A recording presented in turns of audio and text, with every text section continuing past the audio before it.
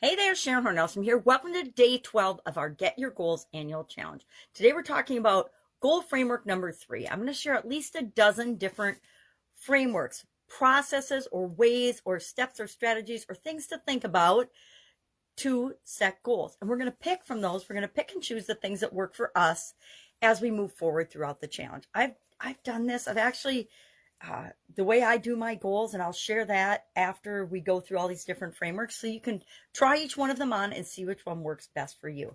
Today we're talking about something called backward goals. Now, backward goals are just when we take our big goal, like our big, hairy, audacious goal we set yesterday or thought about yesterday, and we break it down into the little steps, the little pieces that it would take to go about achieving that goal. When we are not sure about our goal, if we're not sure we can achieve it, this is a great strategy because it takes our big goal and it breaks it down into smaller bits and smaller pieces. Works great for businesses and companies because they can take the organization's big goals and then divide them up by what each department, each division needs to do to contribute to making those goals happen on a shorter term basis. So maybe they've got a 10-year goal or 10-year plan or a 25-year plan. And then they break that down by, well, what do we need to do this year in order to make that plan a reality? So I think it works really well for goals that we're not clear on. We're a little fuzzy about how we're going to get there. And aren't we all? If you set big goals, you're not 100% sure, and none of us are ever guaranteed we're going to get those goals. But if you can break it down and have interim steps along the way, it makes it easier to see how it can be possible. And the cool thing is about taking action toward our goals, as soon as you take that first step, the other steps become more clear. The clearer picture we have in our mind of that end goal, the easier it is to have the what we need come to us along the way. This one's actually been getting a lot of attention lately, and I don't know what lately means. I guess in the last decade or so in my life, I've seen it pop up more and more and more.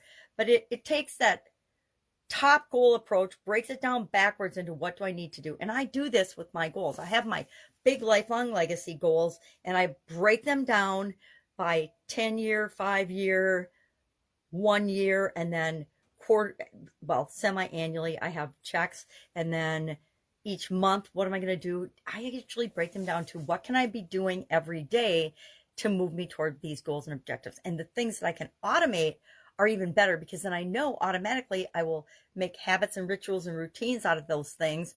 And they virtually guarantee I'm going to get my goal. And I almost always get it faster than I ever imagined possible by using this strategy. So what are we going to do today? We're going to try this goal setting tactic on for size. I might take my lose 30 pounds example and break that down. It works really well for like sales-based goals or specific goals, like remember SMART goals that are measurable, because you can say, okay, if I want to grow my business 100% or 200% this year, if I want to double my business, then what do I need to do? Well, I know what my sales are now, so then I can divide that by 12, and then I can share that information with everybody in my business to say, okay, guess what, guys? We all need to do this in each of our departments in order to reach those targets. Now, I don't think most business owners would tell their staff that they're going to double this year, but it happens a lot in the entrepreneurial world.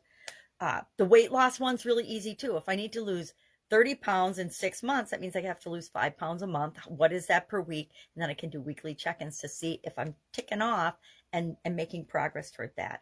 If you want to give up a bad habit, that's a great way to do it too. Say the thing that you want to give up. Say I want to give up diet soda. I give up diet soda, 13 years ago now.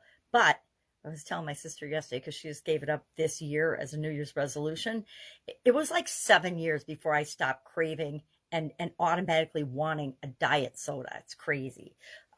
Tells me that soda pop is very, very habit forming, right? Just like caffeine and everything else. It gets into us like cigarettes and any other kind of substance and becomes part of our physiology, and both mental, emotional, and physical. We get dependent on some of these things.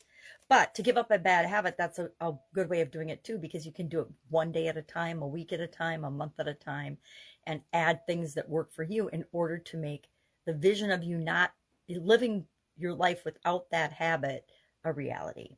So today, pick one big goal, go backwards on it, figure out what you'd have to do, and you can break it down to monthly, whatever makes sense for the goal that you're setting.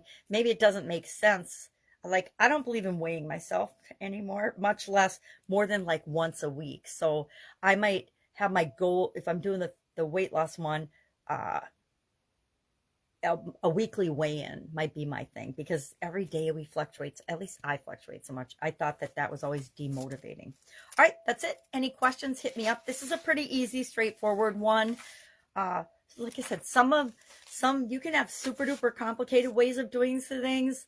You know, there are people that have 25 steps to setting the perfect goal. Really? Like, I'm ever going to remember 25 steps, which is, I think, why the SMART goals framework is so popular. All right, and the backwards one is even more popular, because you don't have to necessarily remember all the SMART things. Although, if you use SMART along the way for each of the interim goals, it makes achieving the big goal even easier. All right, have a great day, and I'll, of course, be with you tomorrow.